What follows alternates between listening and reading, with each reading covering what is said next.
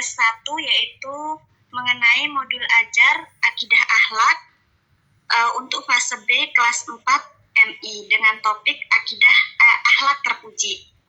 Saya merancang modul ini menggunakan model pembelajaran problem based learning atau disingkat dengan PBL dengan alokasi waktu 1 pertemuan 2 kali 35 menit. Adapun fokus utama modul ini adalah mengembangkan dimensi profil belajar Pancasila, khususnya beriman, bertakwa, dan berakhlak mulia. Selanjutnya, modul ajar yang saya buat memiliki 3 tujuan pembelajaran utama yang mencakup aspek-aspek. Yang pertama yaitu kognitif.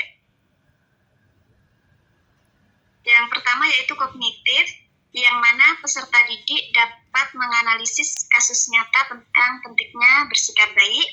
Kemudian yang kedua, afektif, yaitu menumbuhkan rasa empati dan sikap mandiri pada peserta didik.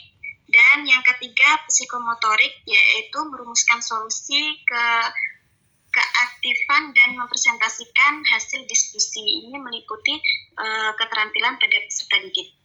Nah, adapun saya memilih metode PBL ini karena materi akhlak terpuji ini sangat relevan dengan isu sosial sehari-hari seperti kasus bullying yang sering terjadi di lingkungan sekolah.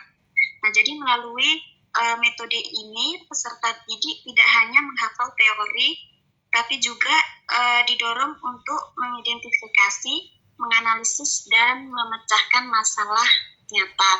Nah, ini melatih kemampuan melatih peserta didik untuk berpikir kritis, kolaborasi, dan juga komunikasi yang sesuai dengan tujuan pendidikan agama Islam pada kurikulum Merdeka. Selanjutnya yaitu tentang kegiatan pembelajaran. Di sini saya membagi kegiatan pembelajaran menjadi 3, yang mana ada pendahuluan, inti, dan penutup. Nah, pada kegiatan pendahuluan, saya mencantumkan apresiasi dan motivasi. Selain itu juga, saya langsung masuk ke urutan 1 PBL, yang mana orientasi siswa pada masalah. Saya menyajikan kasus nyata bullying atau kekerasan fisik maupun verbal di sekolah untuk memicu rasa ingin tahu dan urgensi pemecahan masalah.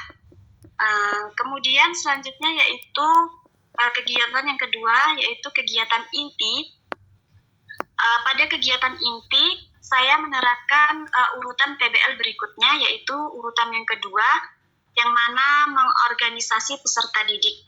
Nah, di sini saya membagi peserta didik menjadi kelompok-kelompok dan menerima lembar kerja peserta didik berisi skenario kasus bullying tersebut. Kemudian urutan ketiga yaitu membimbing penyelidikan. Nah, di sini peran guru adalah sebagai fasilitator ketika siswa berdiskusi, menganalisis, dan mencari solusi. Peran guru atau saya berkeliling memastikan semua berpartisipasi. Kemudian urutan selanjutnya yaitu mengembangkan dan menyajikan hasil karya. Nah, di sini kelompok membuat presentasi solusi, itu bisa berupa narasi ataupun poster, dan kemudian mempresentasikannya. Kemudian untuk urutan kelima dan urutan terakhir atau kelima yaitu menganalisis dan evaluasi proses. Nah, di sini kami melakukan evaluasi bersama terhadap solusi yang dipresentasikan, dan saya memberikan penguatan materi mengaitkan solusi dengan ajaran Islam tentang akhlak terpuji. Nah, itu tadi adalah kegiatan-kegiatan inti. Selanjutnya yaitu kegiatan penutup. Nah, di sini kami melakukan refleksi mendalam, memberikan apresiasi, dan memberikan tugas proyek kecil berupa wawancara sebagai tindak lanjut. Nah, selanjutnya yaitu untuk penilaian atau asesmen. Nah, di sini untuk penilaian saya menggunakan 3 penilaian, yaitu diagnostik, formatif, dan sumatif. Yang mana diagnostik itu saya beri di awal kegiatan pembelajaran untuk mengukur pengetahuan awal pada peserta didik. Selanjutnya yaitu penilaian formatif. Nah, ini berjalan selama kegiatan inti melalui observasi keaktifan kelompok dan penilaian kinerja saat presentasi.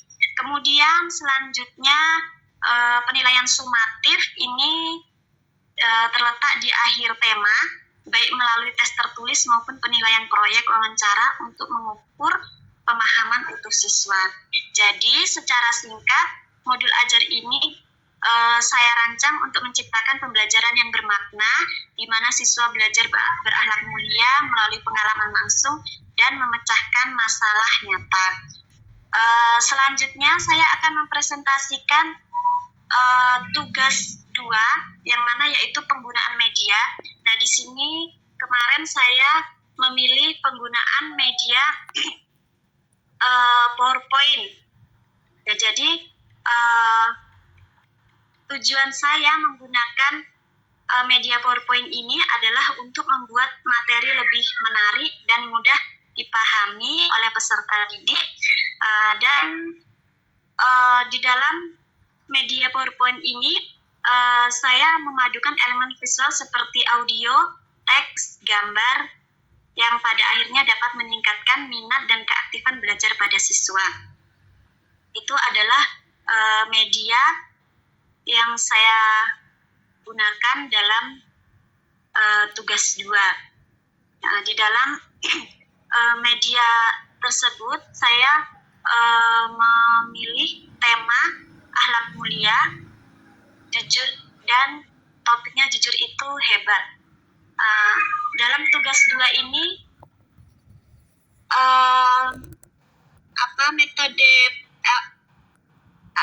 topik pembelajarannya itu tidak sinkron sama modul ajar tugas pertama, karena saya waktu itu tidak paham, jadi saya memilih topik lain, yaitu tentang masih berkaitan dengan akhlak, tapi judulnya jujur itu hebat. Nah, di sini saya mencantumkan audio saya sendiri, itu kemudian ada teks dan gambar-gambar, kemudian di akhir slide saya mencantumkan pesan untuk memotivasi peserta didik tentang sikap jujur sesuai dengan materi. Nah, itulah tadi presentasi dari saya.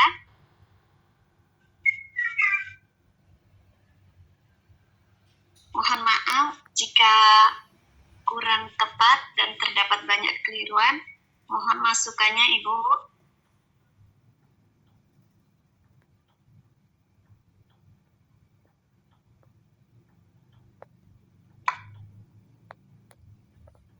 Maaf, Bu, suaranya tidak terdengar, Bu.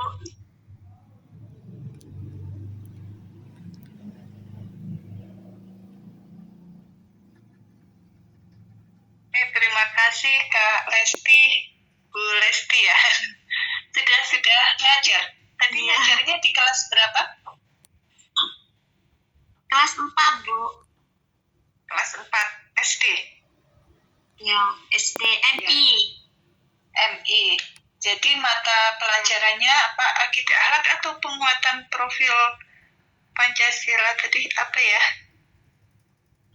Iya, mata Bu, pelajarannya apa? akidah akhlak. Oh, akidah akhlak. Ya. Tadi saya dengar akhlak terpuji. Asesmennya bagaimana itu? Apakah setelah belajar itu anak-anaknya jadi baik semua? Anak-anaknya enggak juga ya, Bu. Mulai berubah. Agak susah ya kalau kadang tergantung anaknya, Bu. Ya. Tapi menurut pandangan atau pengamatan Kak Lesti ini ada perubahan sebelum anak-anak itu mendapatkan materi dengan sesudah mendapatkan materi.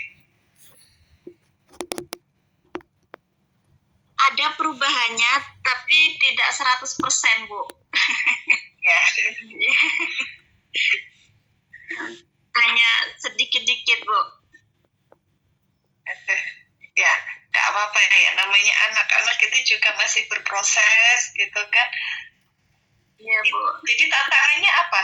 Tantangannya Kak Lesti ini dalam mengajar materi akidah akhlak atau akhlak yang terpuji di kelas 4 MI. Tantangannya ya terkadang namanya anak-anak, Ibu, kadang masih kurang paham, masih banyak belum bisa menerapkan juga, seperti itu, Bu. Jadi referensinya apa? Gimana, Bu? Sumbernya dari mana? Buku atau dari sumber materinya? Referensinya dari mana? Sumber materinya dari buku Akidah Akhlak, Bu. Buku Akidah Akhlak. Ada itu Ya. dalil-dalil Qur'annya, hadisnya. Nggak ada, Bu. Nggak ada. Dalil dan hadisnya itu cuman mencontohkan apa namanya, ya nggak ada, Bu, dalil dan hadisnya. Jadi lebih kepada praktek gitu ya. Mungkin Bu Lesti ini menjelaskannya itu kenapa kita harus berakhlak baik, terus nanti kalau tidak konsekuensinya atau akibatnya bagaimana, itu dijelaskan juga.